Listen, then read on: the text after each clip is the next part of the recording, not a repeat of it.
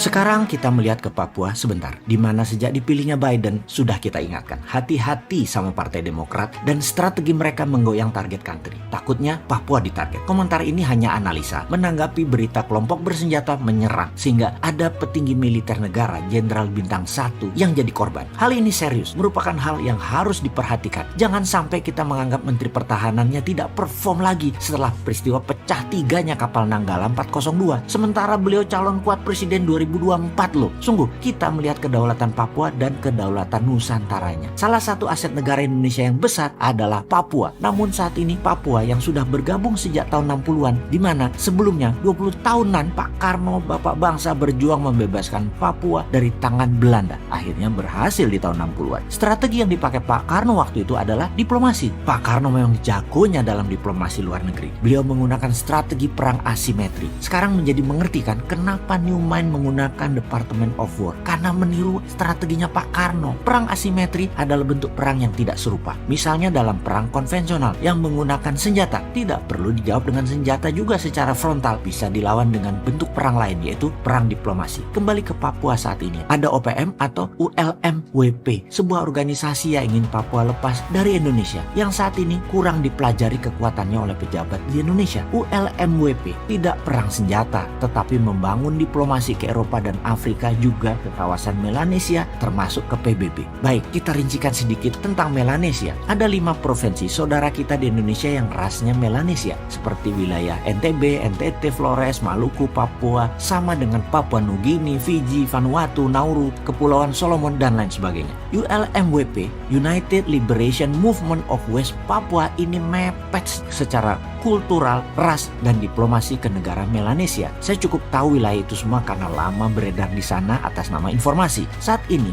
menjadi pejuangnya adalah Dubes Indonesia untuk New Zealand. Berat tugas dia. Berat memang melawan perang asimetrik di Papua itu. Perlu keseriusan pemerintah pusat juga. Kita melihat kelemahan bernegara yang terus jadi pelajaran dan jangan terulang lagi. Misalnya dalam kasus Sipadan Ligitan, pulau yang diambil Malaysia. Malaysia itu tidak pakai senjata. Malaysia pakai kerja 20 tahunan. Malaysia melobi Mahkamah Internasional, melobi PBB, dan meletakkan tradisional fisherman Malaysia terus beredar di sana, sehingga uang, currency, radio, dan penduduknya hanya kenal Malaysia. Ketika waktunya tepat, Malaysia klaim Sipadan Ligitan.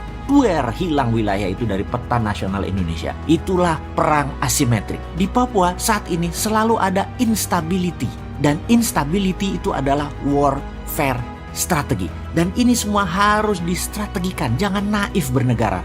Hati-hati dengan Papua. Sulit memang kalau memandang dari sisi yang berbeda. Si Sontoloyo ini menjadi seakan-akan selalu salah dan selalu kalah. Padahal ini mau mengingatkan. Mengambil Freeport misalnya, atas nama nasionalisme dulunya terlihat pahlawan, namun resikonya sama sekali tidak diperhitungkan.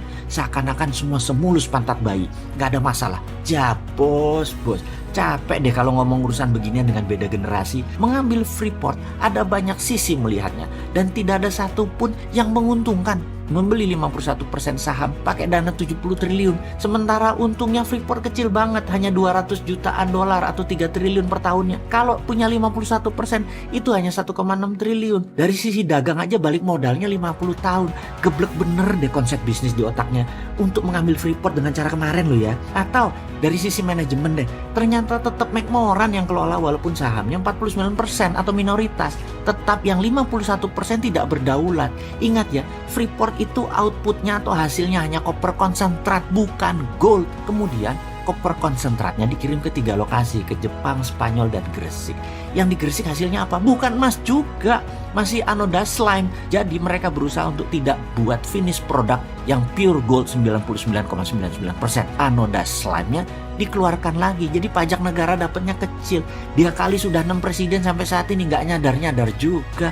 Dasar old mind. Kesel banget deh gua urusan beginian. Kita kembali ke Amerika saja dulu deh. Biden dan timnya di belakangnya yang solid serta punya pengalaman bernegara yang panjang, maka ada jabatan strategis, dan itu bukan menteri yang dipilih di awal, tetapi jabatan siapa memimpin lembaga intelijen seperti NSI, FBI, DIA, dan CIA. Selain pejabat utamanya, maka deputi-deputinya ditempatkan dulu orang-orang yang akan dipakai untuk menaklukkan dunia. Maka mata panah bosman pribadi adalah ke seorang yang bernama Michael Morrell sebagai wakil direktur CIA.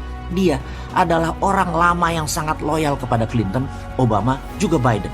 Kita lompat sebentar untuk mengingatkan who the hell is Morell. Ada sebuah undang-undang yang dibuat oleh Partai Demokrat di zaman Obama yang dikawal oleh Michael Morell dulu dan timnya. Yang harus kita awasi dari sisi Indonesia adalah mereka mengusulkan Undang-Undang Foreign Relation Authorization Act yang spesifik membahas tentang Papua. Hati-hati ini buat Indonesia. Lalu CIA di zaman Michael Morell masih muda adalah pendukung gerakan Kosovo Liberation Army, yang kemudian gerakan tersebut berhasil mendirikan sebuah negara baru bernama Kosovo. Sekali lagi, hati-hati dengan Partai Demokratnya Amerika. Pak SBY sudah merasakannya dengan banyak bom meletus waktu itu.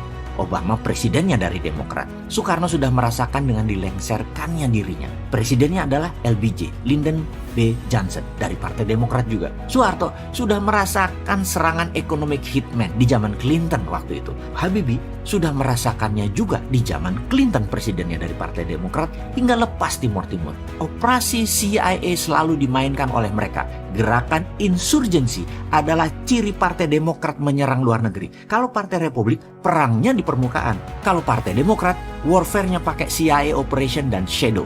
Saya jadi takut urusan Papua. Itu saja. Kalau sama Trump, saya nggak takut Indonesia bakal belah karena bukan target Trump. Trump musuhnya Tiongkok dalam dagang. Dan ideologi demokrasi Amerika versus komunisme itu juga dengan Tiongkok. Namun dengan Partai Demokrat, beda game plan mereka. Kita buka strategi Madam Secretary Hillary Clinton waktu itu yang terkenal dengan nama Pivot to Asia. Yang diincar apa?